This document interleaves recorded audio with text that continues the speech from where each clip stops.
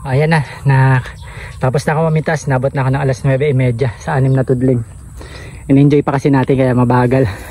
So ngayon ay oras na para magpulot. So pupulutin na natin, lalagay sa sako yung ating mga pinitas. Kasi ang ginawa natin, pinitas natin, tapos lalapag lang dito sa plastic. May araw na, mainit na. So naiinitan na yung mga pinitas, lalambot kasi ang ampalaya. So kailangan magmadali na tayo. Tanghali na kasi tayo ng umpisa Kaya ayan, so ito na. Samahan nyo ako. Ako'y maglalagay na dito sa ating sako. Nakahakot na ako doon ng dalawang sakong maliit. Tapos ito naman, dala ko na yung full size na sako. Pag 50 kilos yung bigas na laman ito noon So ayan, mga pintas natin. Good quality, magaganda. Ito yung ating pangalawang pitas. Well, pangatlo, sumingit tayo. Officially pangalawa to Ito yung pang 8th day sa pagpipitas. Every 4 days ang pagitan. So ika-8 araw dapat ngayon. Ang ganda nito ng season. Ang ganda. Ayan ganda. Ay. So yung mga gusto ng mga kilala natin, gusto ng mga nagbabalak ditong mamasyal at mamitas, ito na yung panahon na pumasyal kayo. Mamasyal na kayo dito, lalo na yung mga kaibigan natin, dahil harvest season. So ito na yung oras para makapitas tayo, makapitas kayo dito, na-experience na mamitas ng gulay, lalo na itong ampalaya. Libre na to pa uwi sa inyong mga lugar, libre na namin bibigay sa inyo, sa mga kaibigan. Hindi para sa lahat mga kaibigan natin, mga pamilya, kakilala. So gusto natin i-share sa kanila yung ganito, kapitas mula sa puno, tapos dadalhin pa uwi, makapitin ng gulay na fresh galing sa probinsya, pauwi ng Maynila. Sinasalansan natin para mas marami na mailagay. Ay ganda, kalaki naman. Ayan po, kalaki-laki. Malaki pa po sa braso ko, bigat. Timbangin natin ito mamaya. Isa to sa pinakamalaking napitas ko. Ayan, kita mo siya, mas kitang kita siya na malaki sa mga kagrupo niya. Yung mga unang pitas ng ampalaya, maliliit pa yan. Ganito lang yan kaliliit, hindi siya ganun kahaba. Oops, bakit may yung ating camera? Pause muna natin. Natakpan. Takpan ba? Something. Okay. Ay, may something. Ayan, tuloy natin.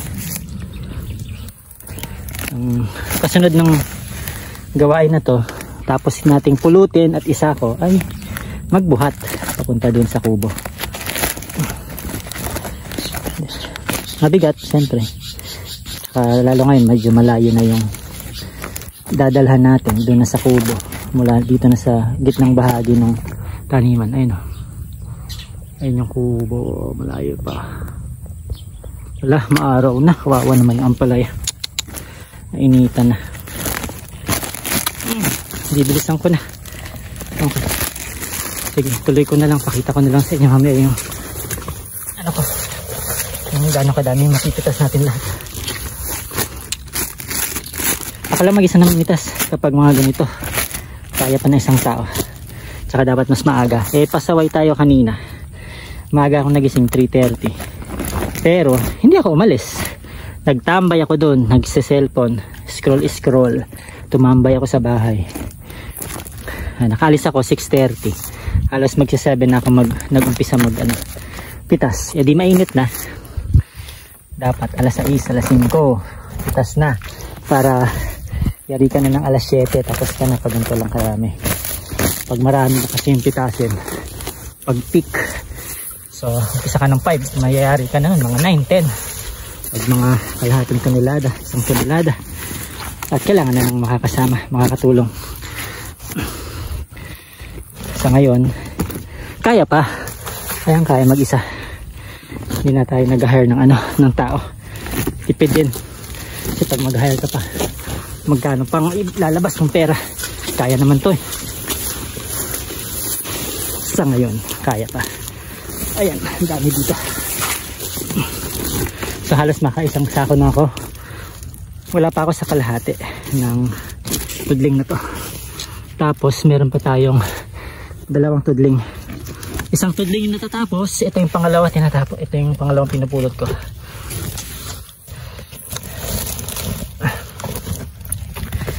O sige, papatayin ko muna ha. Mamaya ulit.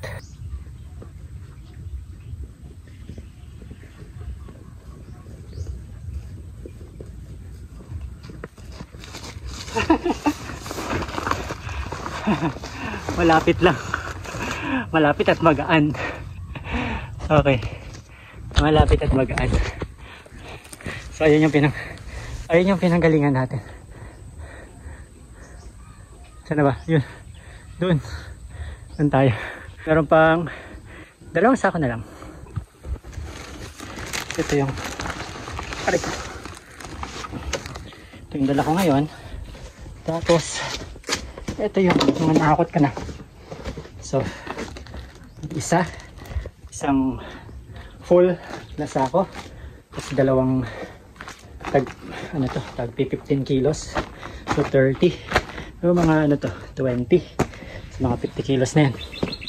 Plus sabihin natin ito 25. 20 to 25. Tapos may dalawa pa ron. Tapusin ko lang para makauwi na ako. Mainit na eh. Kaya na nga, natapos na tayo sa ating pamimitas at paghakot. Nandito na sa kubo lahat. Bale, meron tayo isa, dalawa, tatlo, apat. Apat na sako na puno. Tapos merong dalawang yung SM bag na tagpi 15 kilos. Tapos may butal. Ito, meron tayong butal dito. Nilapag na natin. Dito sila magtetenor niyan mamaya. Magsasorting at magbabaging or packing. So yan. Ang ating pitas. So approximately 15-30 plus 80. At least 100 kilos tayo ngayon. At least. Tapos na. At tayo naman magpapahinga. Pawis na pawis tayo. Pero magandang panimula yan. Ano to? Ito yung second harvest natin eh. Pangalawang pitas pa lang. Pero marami nang nilalabas. Kaya magandang education na bibigyan pa tayo ng maraming biyaya, maraming blessing. So mamaya, pagdating ng buyer, ikukunan ko rin ng clip kung makakailang kilo tayo. At magkano yung updated price base dun sa huli nating kinuha nilang ampalaya sa last harvest. Ayan, so uwi muna tayo para tayo makapagpahinga at mananghalian. Okay, mamaya ulit.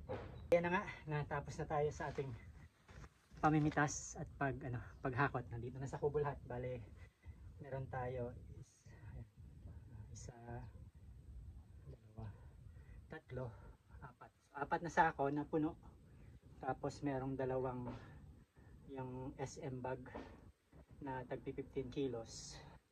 Tapos may butal. Ito, meron tayong butal dito. Nilapag na natin. Dito sila magtetenor niyan mamaya. Magsasorting at magbabaging or packing.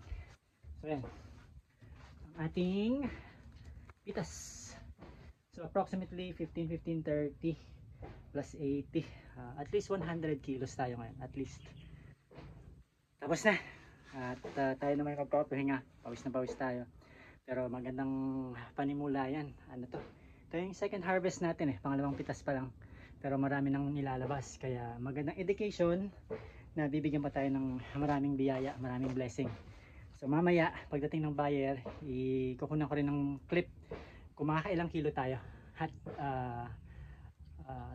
magkano yung updated price base dun sa huli nating kinuha nilang ampalaya sa last harvest. Ayan, so uwi muna tayo para tayo makapagpahinga at mananghalian. Okay, mamaya ulit.